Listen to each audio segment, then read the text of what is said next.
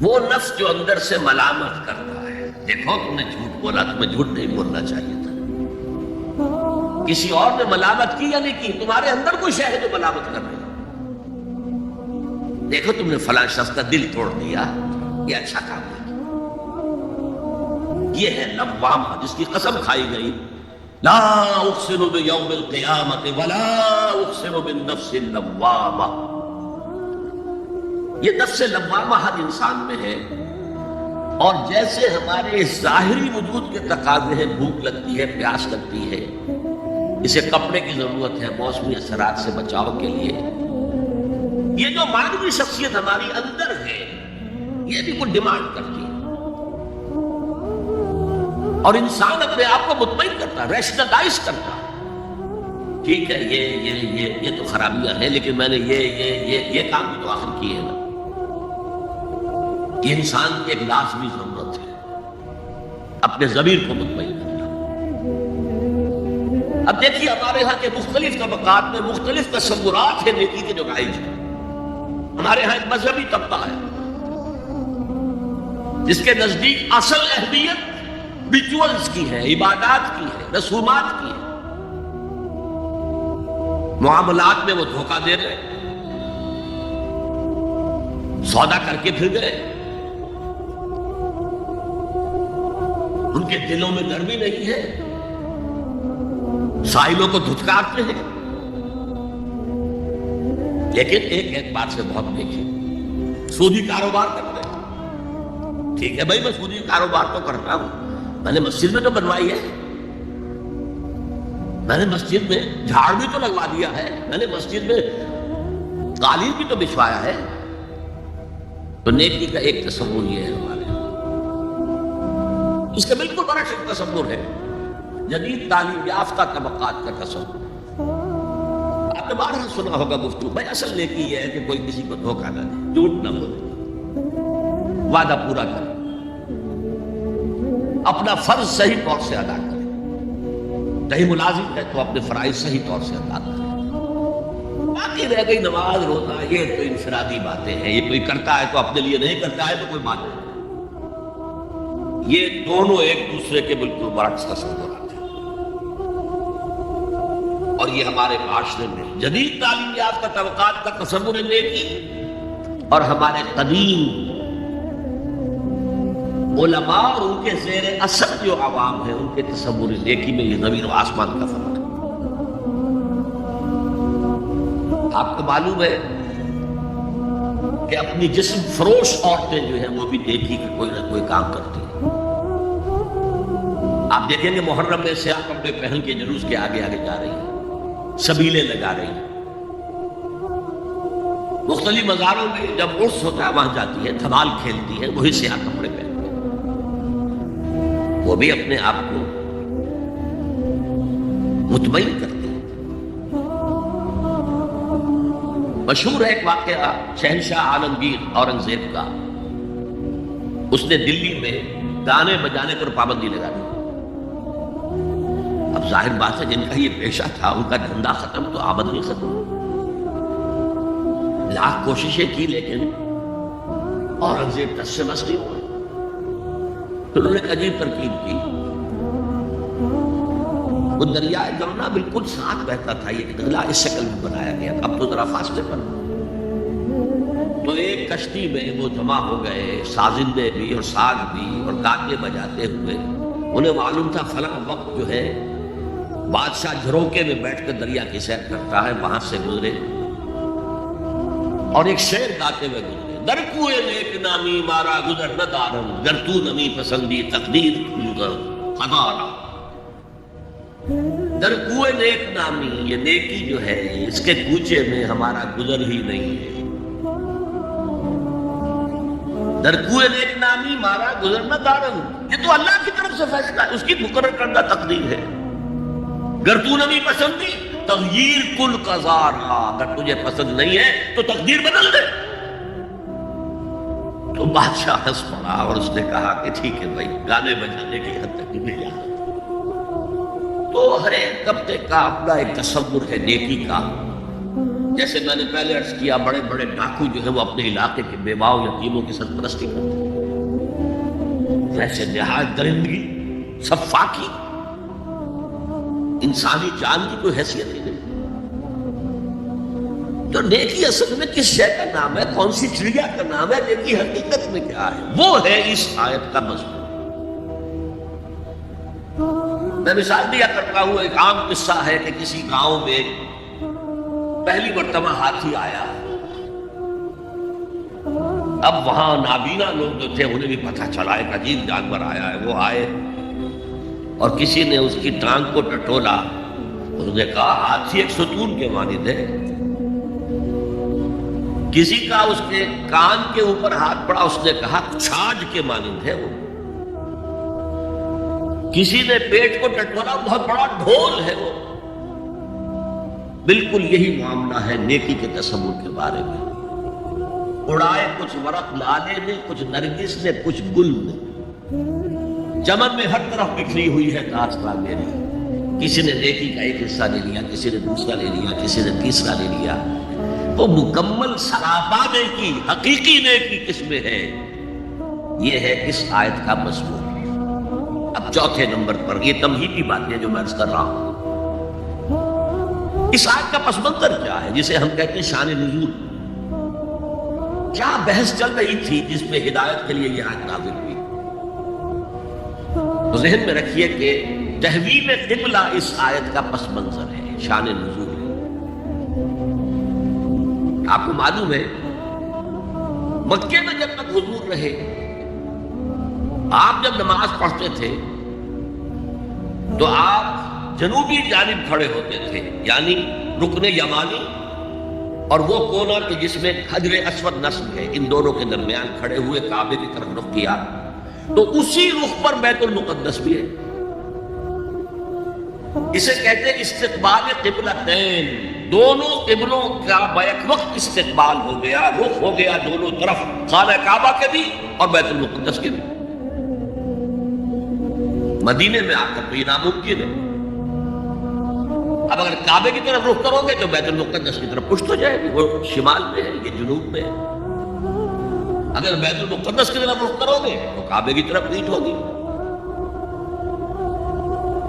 لیکن آپ کو معلوم ہے کہ حضور نے 16 یا 17 مہینے مدینے آنے کے بعد بیت المقدس کی طرف رخ کر کے نماز پڑھی۔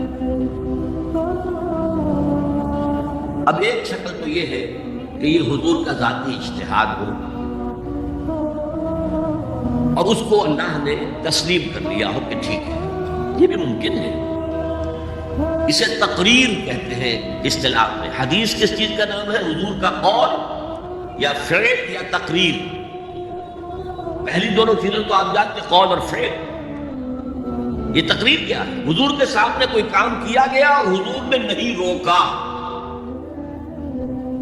تو امپلائڈ ہے اس کے اندر کہ یہ کام حرام نہیں ہے، حضور کے سامنے ہوا ہے، آپ نے روکا نہیں۔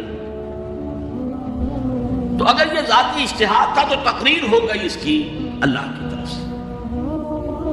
لیکن زیادہ غالب پہلو یہ ہے کہ یہ اللہ کے حکم سے حضور نے کیا، اور یہ حکم وحی خفی کے ذریعے سے آیا، اس لیے کہ قرآن مجید میں اس کا ذکر نہیں ہے کہ اللہ نے حکم دیا ہو کہ اے محمد صلی اللہ علیہ وسلم اب آپ اور آپ کے ساتھی بیت المقدس کی طرف رخ کر کے نماز پڑھے، یہ نہیں ہے۔ تو یہ وحی خفی، وحی جلی، وحی خفی، دو قسم کی وحی حضور کو ہوتی تھی۔ نبی کے لیے تو وحی خفی بھی وحی جلی کے حق اسی کے حکم میں ہے، لیکن عام آدمی کا کوئی ولی اللہ بڑے سے بڑا ہو، اس کی بھی اس کا کشف، اس کا الہام حجت نہیں ہے دین میں۔ بہرحال یہ شاید حضور کو اللہ نے وحی خفی کے ذریعے حکم دیا۔ اس کا ایک بہت بڑا سیاسی فائدہ ہوا حضور کو، اور وہ یہ کہ مدینے میں آ کر آپ کا واسطہ پڑا یہودیوں سے۔ وہ بہت منظم تھے، تعلیم یافتہ تھے، بہت کلچرڈ تھے، ان کے ہاں فقہا تھے، ان کے ہاں مفتی لوگ موجود تھے۔ اگر فوری طور پر تصادم یہود کے ساتھ ہو جاتا تو حضور کے قدم مدینے میں جمنا آسان نہ ہوتا۔ یہ جب آپ نے بیت المقدس کی طرف رخ کر کے نماز پڑھی تو یہودیوں نے سمجھا چلو کوئی بات نہیں ہے، تو ہمارے کیمپ فالوورز ہیں، ہمارے قبلے کا رخ کر رہے ہیں، لہذا فوری طور پر ان کی طرف سے کوئی مخالفت کو پیش نہیں آئی، اور اس 16 مہینے میں حضور کو اپنے قدم جمانے کا مدینہ منورہ میں پورا موقع ملا، بلکہ پہلے 6 مہینے اس میں جو ہے بہت ڈیسائسو ہے، 3 کام آپ نے 6 مہینے میں کیے ہیں تو بالآخر بہت ہی زیادہ فیصلہ کن ثابت ہوا۔ نمبر 1 یہ کہ آپ نے مسجد نبوی کی تعمیر کر لی، اب یہی مرکز ہے، یہی درسگاہ ہے، یہی خانقاہ ہے، یہی پارلیمنٹ ہے، یہی دارالمشاورت ہے، یہیں سے فوجیں تیار کی جا رہی ہیں، یہی وفود آ کر پیش ہو رہے ہیں، بہرحال ایک مرکز مہیا ہو گیا۔ نمبر 2 یہ کہ مہاجرین میں اور انصار میں مواخات، ایک مہاجر ایک Ansari, they were declared brothers، یہ تھی انٹیگریشن آف دی سوسائٹی۔ اور تیسرا کام آپ نے یہ کیا اسی دوران میں جس کا تعلق اس حکمت عملی کے ساتھ بہت گہرا بن جاتا ہے کہ یہود کو جکڑ لیا ایک معاہدے میں، میثاق مدینہ،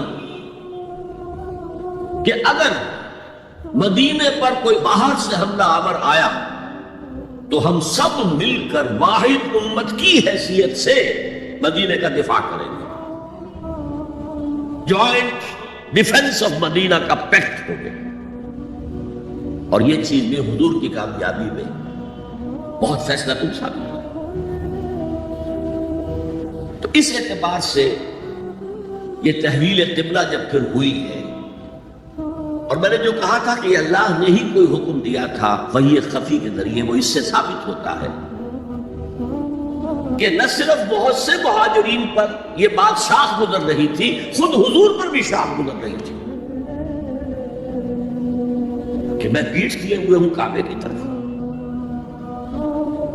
چنانچہ قرآن مجید میں آیا ہے قد نرا تقلب وجهك في السماء، اے نبی ہم آپ کے چہرے کا، نگاہوں کا آسمان کی طرف اٹھنا بار بار دیکھتے رہے۔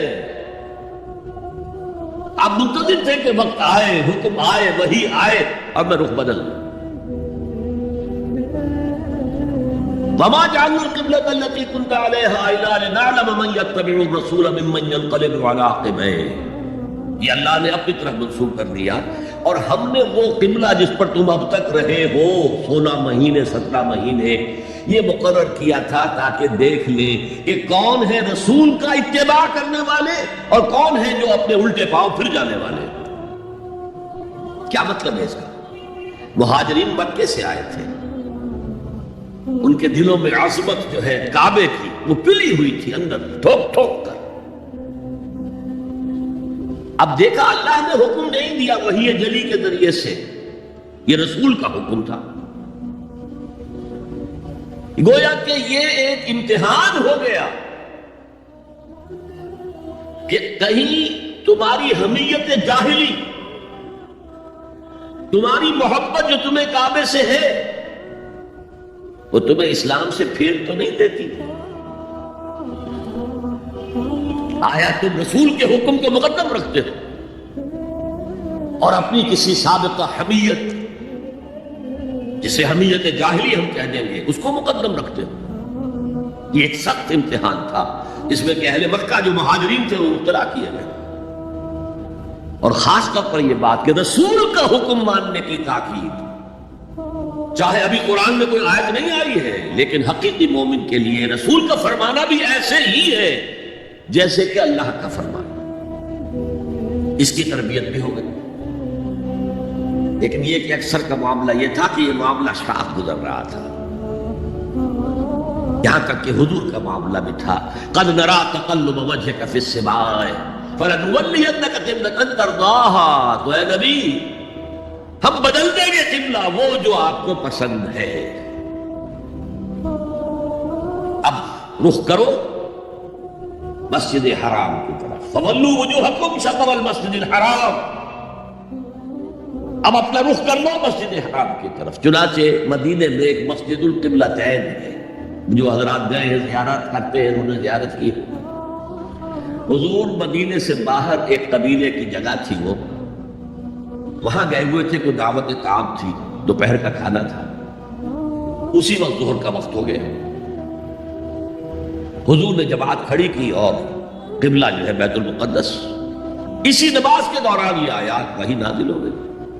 آپ نے فوراً رخ بدلا اور پوری جماعت نے رخ بدل لیا. اور اسی لیے اس مسجد میں دو قبلے ہیں، دو محرابیں ہیں، ایک شمال کی جانب بیت المقدس کی جانب، دوسری جنوب کی جانب یعنی مکہ مکرمہ کی جانب. اب یہ تحویل قبلہ جو ہے، یہ ہے بات اصل میں سمجھنے کی، ایک بہت بڑے فتنے کی بنیاد بن گیا. فتنہ آزمائش کو کہتے ہیں اور فتنہ فساد کو بھی کہتے ہیں. فساد یہودیوں کی طرف سے شروع ہوا. یہ کیسا نبی ہے جس کا قبلہ ہی معین نہیں؟ ابھی یہ شمال کی طرف رخ کر کے نماز پڑھ رہا تھا اور اب اس نے جنوب کی طرف رخ کر لیا. کیسا رسول ہے، کیسا نبی ہے؟ حضور کے خلاف لوگوں کو بھڑکانے کا انہیں اب ایک موقع ہاتھ آ گیا. اور آپ کے علم میں ہے کہ اوس اور خزرج کے جو عوام ہیں وہ یہود کے بہت زیر اثر تھے، بہت زیر اثر تھے. وہی بات کو سمجھتے تھے ہمارے پاس نہ کوئی شریعت ہے، نہ کتاب ہے، نہ کوئی قانون ہے، نہ ہمارے ہاں کوئی مفتی ہے، نہ قاضی ہے. ان کے ہاں تو کتاب ہے، شریعت ہے، مفتی ہے، قاضی ہے. ان کا تو بڑا کلچرڈ لوگ ہیں. تو ایک روک تھا. لہذا یہ ایک ان کو موقع مل گیا کہ اس پر لوگوں کے جذبات کو بھڑکائیں اور حضور سے برگشتہ کریں.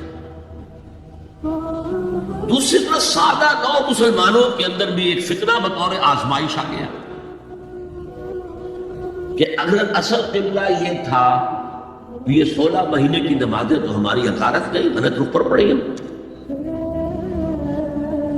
اور نماز تو دین کا اصل ستون ہے، اور یہ نماز ہماری ضائع ہو گئی. یہ ان کے دلوں میں ایک وسوسہ پیدا ہوا. اس پہلو سے اس مسئلے پر بڑی مفصل گفتگو قرآن میں ہوئی ہے میرے اور آپ کے لیے. بلکہ مجھے اعتراف ہے کہ میں یہ سوچتا رہا اتنی مفصل گفتگو بار بار فَوَلُّوا وُجُوهَكُمْ شَطْرَ الْمَسْجِدِ الْحَرَامِ فَوَلُّوا وُجُوهَكُمْ شَطْرَهُ، یہ بار بار پورے 2 رکوع قرآن مجید میں، سورہ بقرہ کا 17واں رکوع، 18واں رکوع اسی پر. اس لیے کہ ہم اس سینسٹیونیس کا اندازہ نہیں کر سکتے کہ جو اس وقت پیدا ہو گئی تھی اس پر. تحویل قبلہ پر یہ معمولی نہیں بات تھی. یہود نے سمجھ لیا تھا کہ اب معلوم ہوا یہ ایک نئی امت کا آغاز ہے، اس کا مرکز اب نیا بن گیا ہے. اب تک وہ سوچ رہے تھے کہ ہمارے ہی، چنانچہ ایک اور واقعہ ہوا تھا کہ یہ عاشورہ کا روزہ رکھتے تھے یہودی.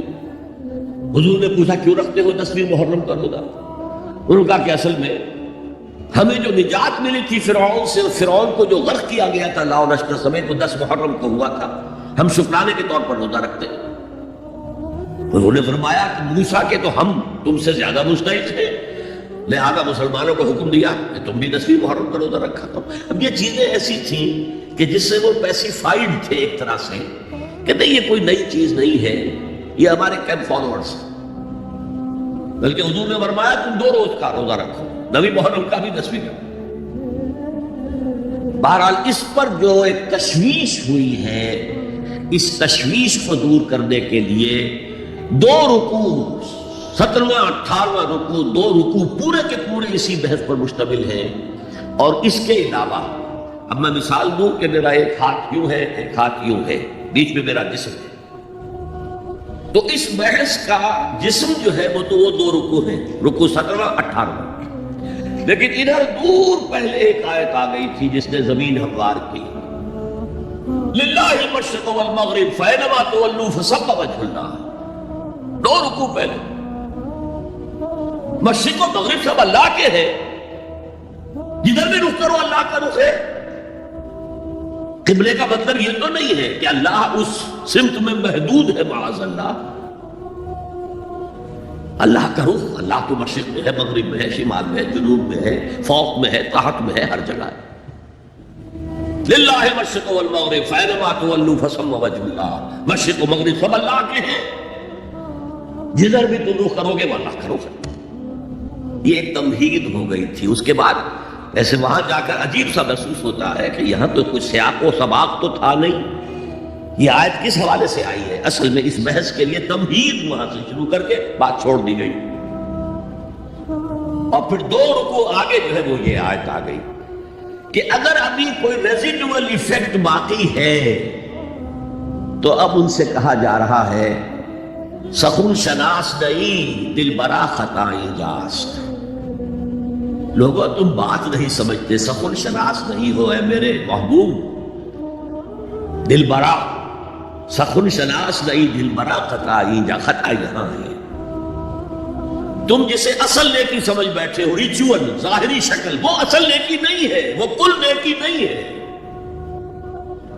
نیکی تو اصل میں ایک روح ہے جو پورے وجود میں سرایت کرتی ہے، ایک بالکل مختلف انسان وجود میں لاتی ہے، ایک پورا مختلف کردار وجود میں لاتی ہے۔ نیکی تو حقیقت میں وہ ہے،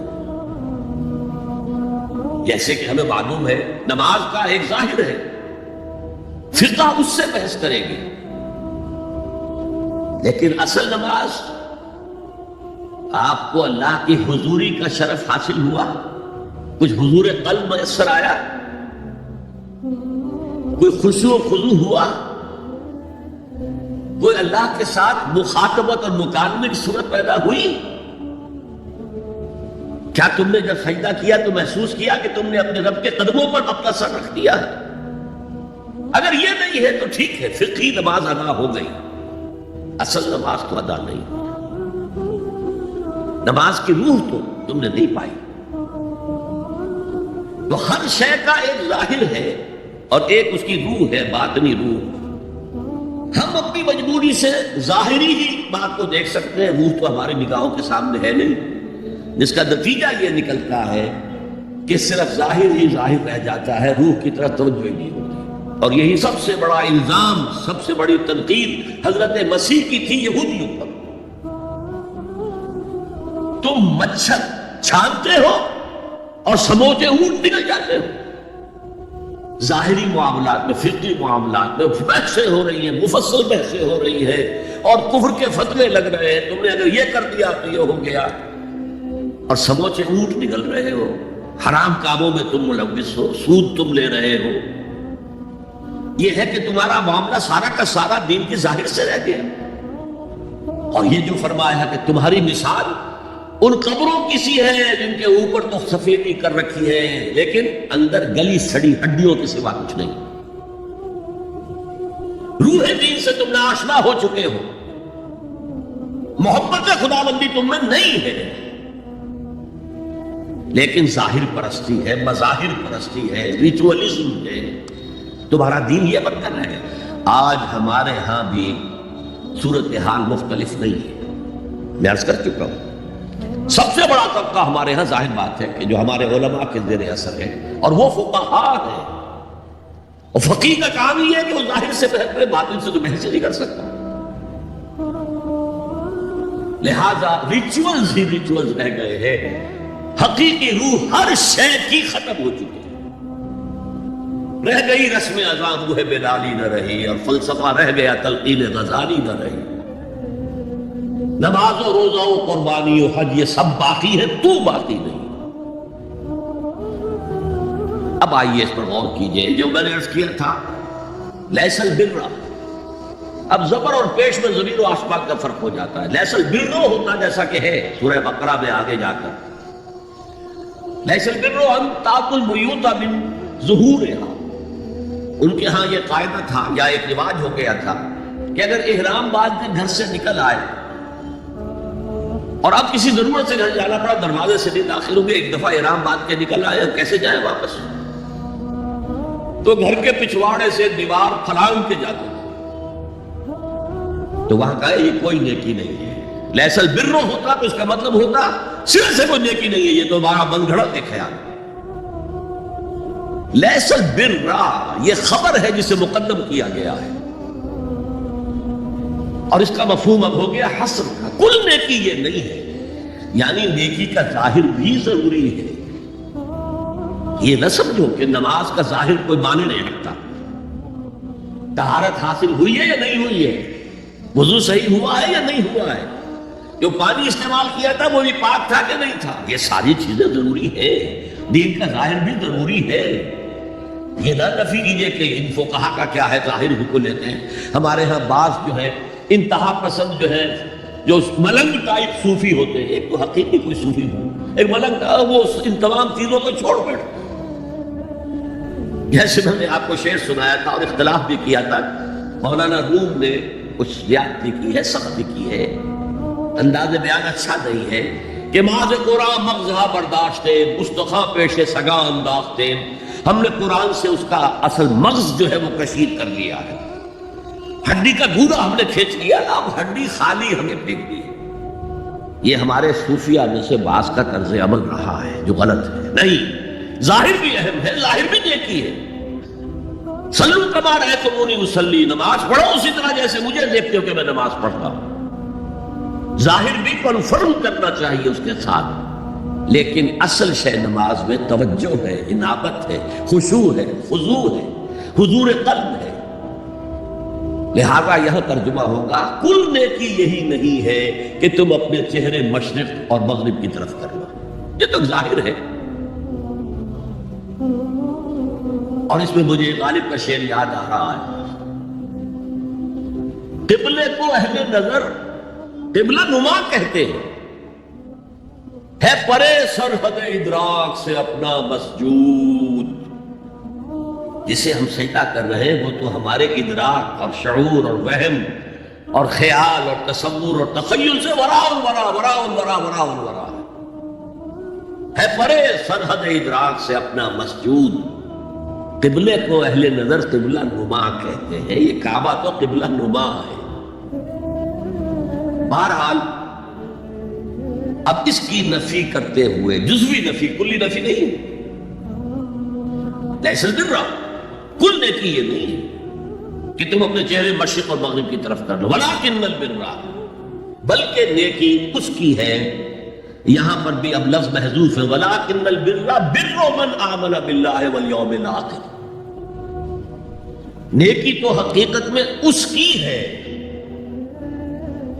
اس میں آگے بڑھنے سے پہلے مجھے یاد آیا کہ میں بر کے مفہوم پر بھی کچھ گفتگو کر لوں. بر کسے کہتے ہیں؟ بہت عمدہ باتیں جو ہے پہلے کہی ہیں. بر اور بر یہ دونوں مادہ ایک ہی ہے, بحر و بر. جب تک انسان سمندر میں رہتا ہے, آج کا تو خیر تصور نہ کیجئے, پہاڑوں جیسے جو ہے پہاڑ سمندر میں چل رہے ہوتے, عام حالات میں کوئی اس کے ادھر ادھر جو ہے کوئی ہچکولے محسوس نہیں ہوتے. لیکن پرانے زمانے کے سمندر کا تصور کیجئے تو ہر وقت وہ ہے آدمی غیر مطمئن ہوتا تھا, اسی وقت کچھ ہو سکتا ہے, ہچکولا آ رہا ہے, ادھر سے آ رہا ہے, ادھر سے آ رہا ہے. تو دل میں ایک خوف سا رہتا تھا, ایک بے چینی سی رہتی تھی, عدم تحفظ کا ایک احساس رہتا تھا. بر پر خشکی پر آتے ہی اطمینان ہو گیا. تو یہ اصل میں انسان کے باطنی اطمینان کے لیے جو ابھی آپ نے فرمایا کہ دیکھی وہ ہے کہ جس کو کر کے تمہیں خوشی حاصل ہو, اور فتویٰ اپنے دل سے لے لیا کرو. ما حاق فی صدرک, جو کچھ تمہارے سینے کے اندر جو کچھ جس سے خدمت ہو جائے, جس سے بے چینی ہو جائے, وہ اسم ہے, وہ گناہ ہے. الاسم ما حاق فی صدرک وکرہت ان یطلع علیہ, اور گناہ وہ ہے کہ جس کے بارے میں تمہیں یہ پسند نہ ہو کہ لوگوں کو اس کی اطلاع ہو, وہ گناہ ہے.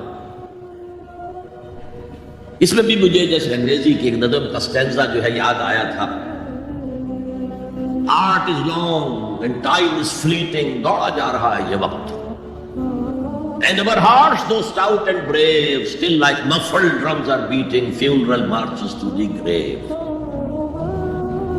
اپنے دل کی ہر بیٹ کے ساتھ ہم اپنی قبر سے قریب سے قریب تر, قریب سے قریب تر ہوتے جا رہے ہیں. اسی طرح کی ایک نظم ہے, بڑی پیاری نظم ہے. Charities that soothe and heal and bless are scattered over the feet of men like flowers. وہ بھلائیاں، وہ نیکیاں، وہ خدمت خلق. Charities which soothe and bless and heals. دل کے اوپر مرہم سا رکھا جاتا ہے نیک کام کر کے. دل کو خوشی ہوتی ہے نیک کام کر کے. Charities that soothe and heal and bless are scattered over the feet of man like flowers. یہ تو ان پھولوں کے مانند ہے جو انسان کے قدموں میں پڑے ہوئے ہیں، جس کو چاہے اٹھا لے، جو چاہے اٹھا لے. No mystery is here, no special boon for the high and not for the low. The smoke ascends as high from the heart of a humble cottage as from that of a haughty palace. دھواں اٹھتا ہے تو ایک کٹیا میں جو چورا جل رہا ہے اس سے بھی اٹھے گا تو جائے گا اوپر، اور محل کا کوئی بہت بڑا کچن ہے تو اس سے بھی اٹھے گا تو اوپر جائے گا. لہذا یہ غریب اور امیر کا فرق نہیں ہے، ہر شخص اس نیکی میں سے حصہ لے سکتا ہے. تمہارے پاس ایک روٹی تھی، تم نے آدھی دے دی کسی مانگنے والے کو، تمہارا حصہ ہو گیا، بہت بڑا حصہ ہو گیا. اور کسی بڑے امیر آدمی نے 150 جو ہے مسکین کو کھانا کھلا دیا، وہ اس کے قریب بھی نہیں آ سکے گا اجر و ثواب کے اعتبار سے اس شخص کے کہ جس کے پاس ایک ہی روٹی تھی اور اس نے آدھی دی. تو بر جو ہے حقیقت میں لیس البر ان تولوا وجوهكم قبل المشرق والمغرب ولكن البر من آمن بالله واليوم الآخر والملائكة والكتاب والنبيين.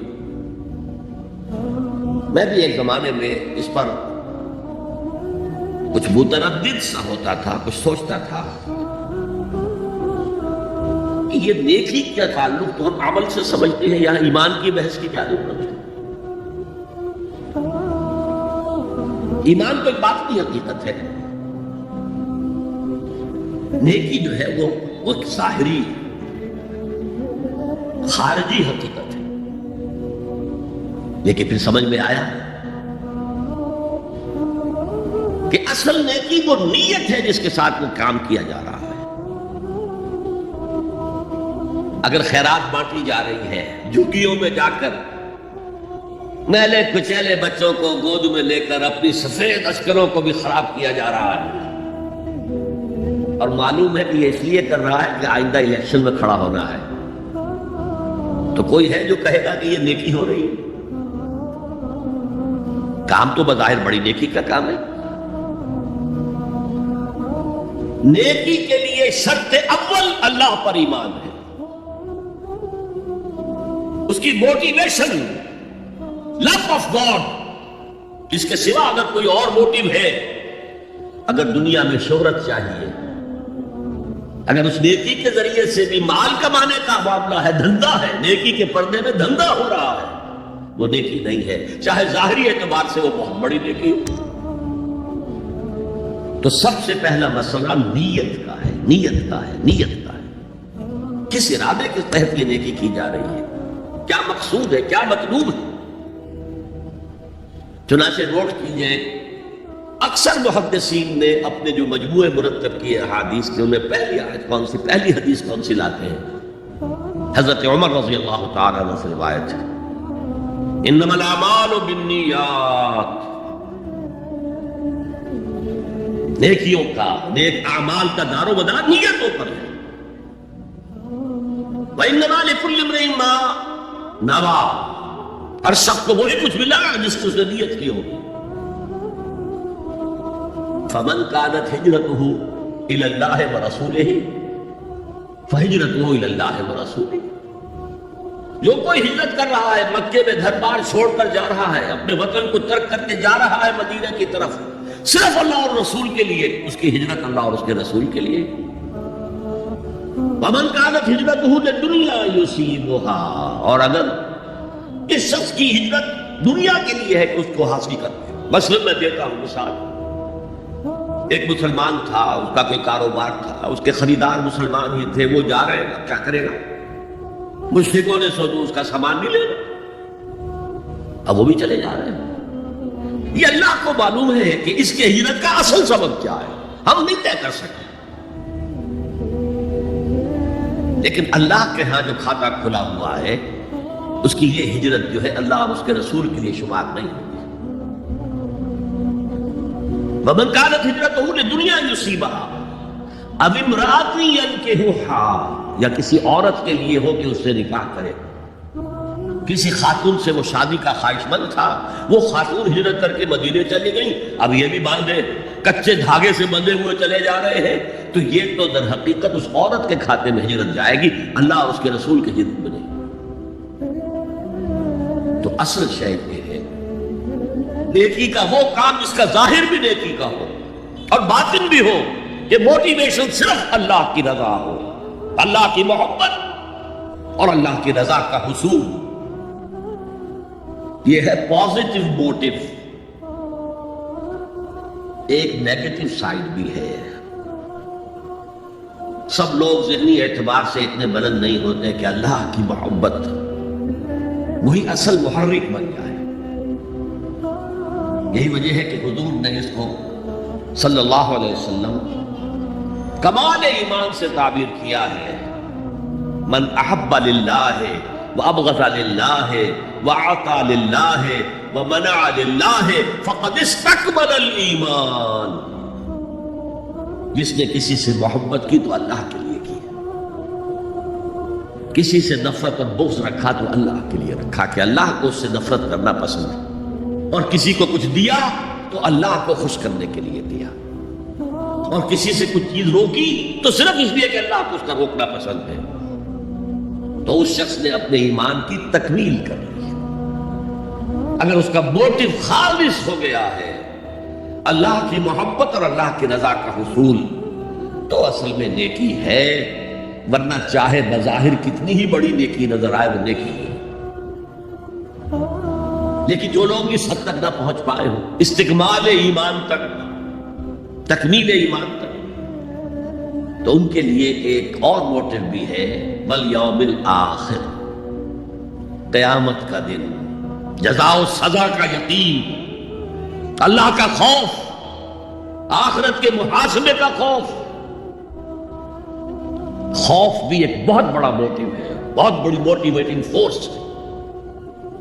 اب میں یوں کہوں گا کہ اگر کسی عمل کا محرک ہے صرف اللہ کی محبت، اس کی رضا کا حصول اور آخرت کی نجات، تو وہ نیکی ہے. اگر یہ نہیں ہے، کوئی وطن پرست ہے، وطن کی محبت کی وجہ سے کوئی نیک کام کر رہا ہے، اس کا وہ کام وطن پرستی کے کھاتے میں جائے گا، خدا پرستی کے کھاتے میں نہیں جائے گا. کوئی قوم پرست ہے، اپنے قوم کی محبت میں کچھ کر رہا ہے، تو اس کا وہ نیک کام قوم پرستی کے کھاتے میں جمع ہوگا، خدا کی پرستش کے لیے نہیں. یہ ہے موٹیو کا فرق، اور یہ ہے موٹیو کی اہمیت، اور اس کا تعلق ہے ایمان باللہ اور ایمان بالآخرہ سے. ایک حدیث میں حضور نے فرمایا کہ قیامت کے دن سب سے پہلے 3 اشخاص کا معاملہ پیش ہوگا. ایک وہ تھا کہ جو اللہ کی راہ میں جنگ کرتا ہوا مارا گیا تھا، دنیا میں شہید سمجھا جا رہا تھا. ایک وہ تھا جسے اللہ نے علم بہت دیا تھا اور اس نے علم کو پھیلایا، خوب پھیلایا. اور ایک وہ جس کے پاس جس کو اللہ نے بہت دولت دی تھی، اور اس نے دولت جو ہے نیکی کے کاموں میں، بھلائی کے کاموں میں، غربا، یتامیٰ، مساکین کے لیے خرچ کیا. اب اللہ پوچھے گا ان شہید صاحب سے کہ دیکھو میں نے تمہیں صحت دی تھی، جسمانی قوت دی تھی، تم نے کیا کیا؟ وہ کہے گا اے اللہ میں نے تیرے لیے قتال کیا اور اپنی جان دے دی. اللہ فرمائے گا کذبتا، تو نے جھوٹ بولا. انک قد قاتلت لأن یقال جریء، تو نے تو یہ جنگ میں حصہ لیا تھا اس لیے کہ تیری شجاعت کا ڈنکا بج جائے، تیری جرأت کی شہرت ہو جائے. وقد قیل، وہ کہا جا چکا، اب یہاں تمہارے لیے کچھ نہیں ہے. اور فرشتوں کو حکم ہوگا اودے منہ گھسیٹتے ہوئے اس کو جہنم میں ڈال دیں. یہی حشر ہوگا اس عالم کا،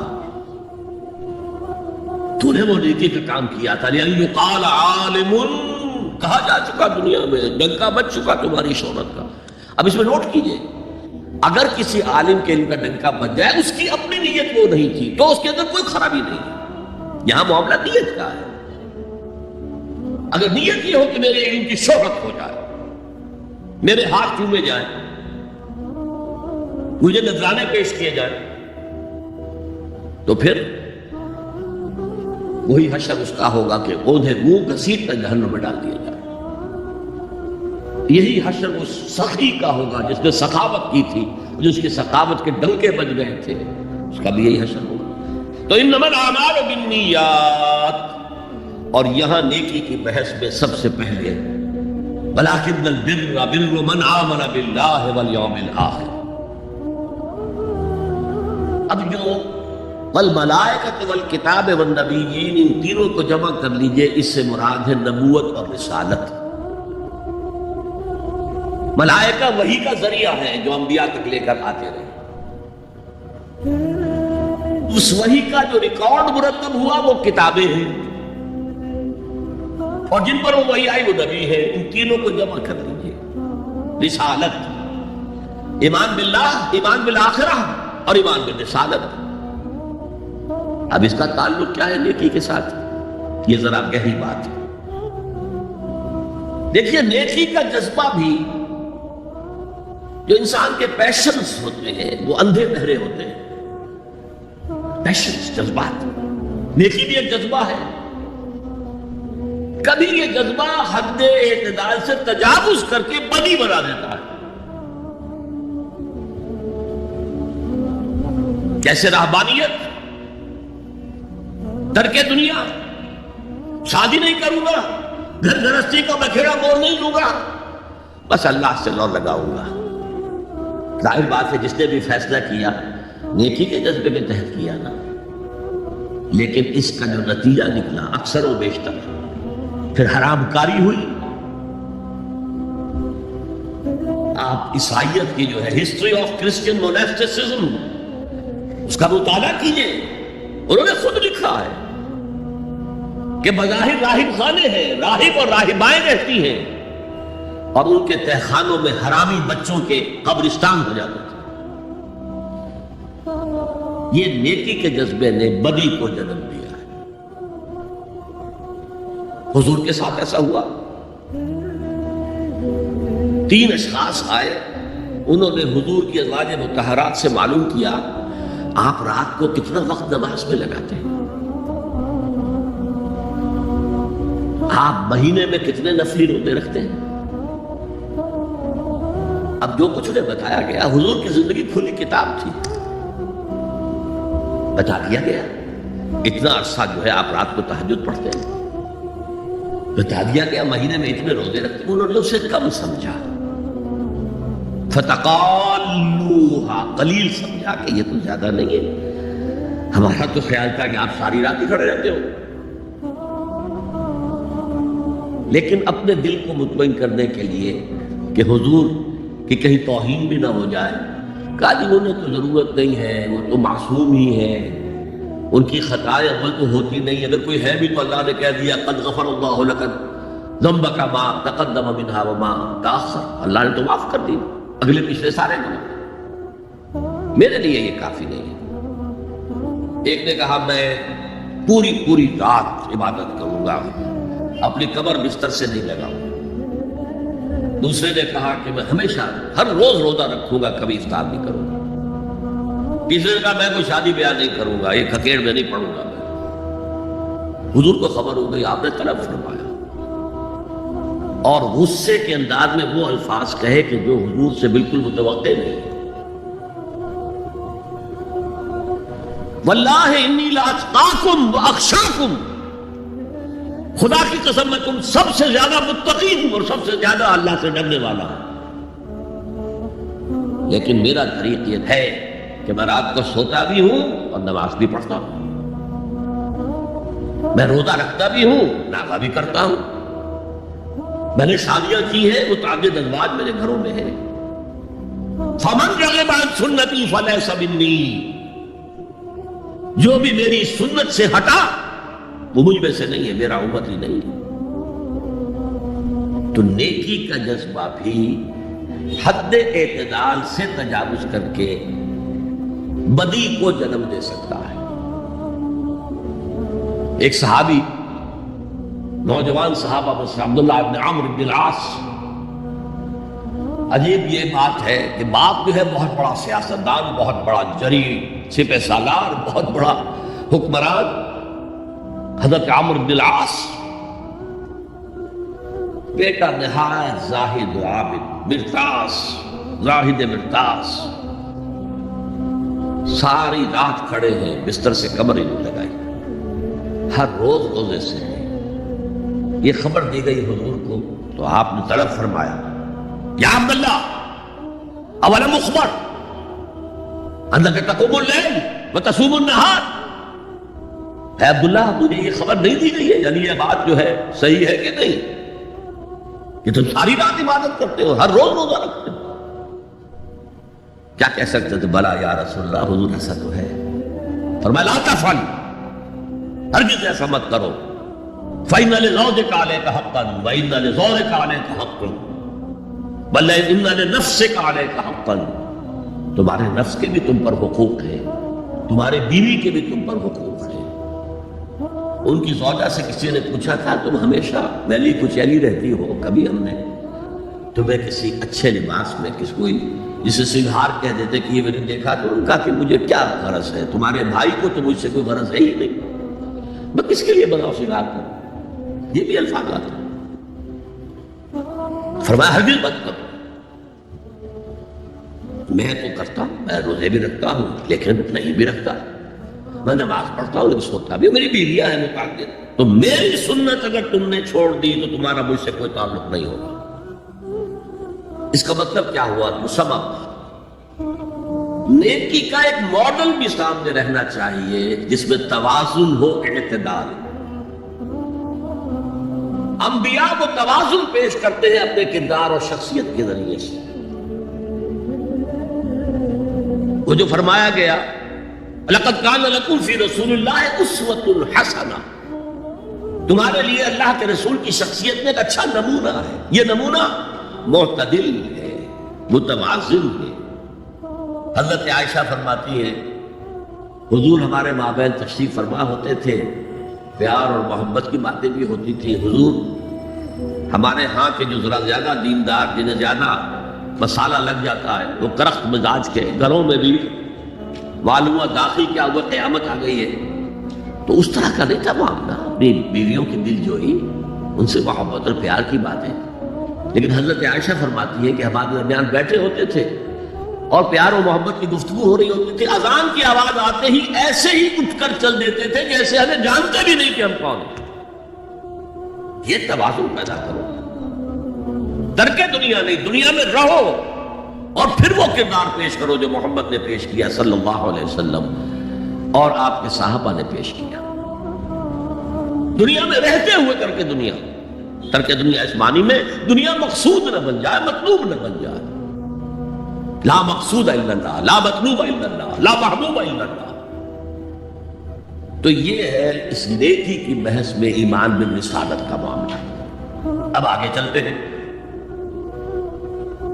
وَآتَ الْمَالَ عَلَىٰ حُبِّهِ، اور دیتا ہے وہ اپنا مال، یا دیا اس نے اپنا مال اس مال کی محبت کے باوجود، علی الرغم. جن حضرات نے ترجمہ کیا ہے کہ اللہ کی محبت کی وجہ سے ہی اللہ کی محبت میں وہ مال دیتے ہیں، یہ غلط ہے.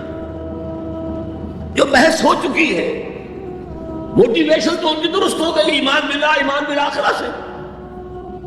اب آگے اس کے تکرار کی ضرورت نہیں ہے. اور عربی میں کسی کی محبت میں کوئی شے آئے تو فی یا لام آئے گا. علی آتا ہے مخالفت کے لیے، علی الرغم. مال محبوب ہے، کس کو نہیں ہے؟ زین للناس حب الشہوات من النساء والبنین والقناطر المقنطرة من الذهب والفضة والخیل المسومة والانعام والحرث. انسان کی سرشت کو اللہ سے زیادہ جاننے والا کون ہے؟ وہ فرما رہا سورہ آل عمران کی آیت ہے، مزین کر دی گئی ہے انسانوں کے لیے محبت بیویوں کی، بیٹوں کی اور ڈھیروں مال کی، سونے کی اور چاندی کی، اور گھوڑے وہ کہ جو پیڈگری والے ہوں اور جو بہت اعلیٰ نسل کے ہوں، خیل المسومہ، نشان زدہ گھوڑے، اور مال ہو، بھیڑیں بکریوں کے گلے ہو، اور گائے اور بیل ہو، اور یہ ساری چیزیں محبوب ہیں.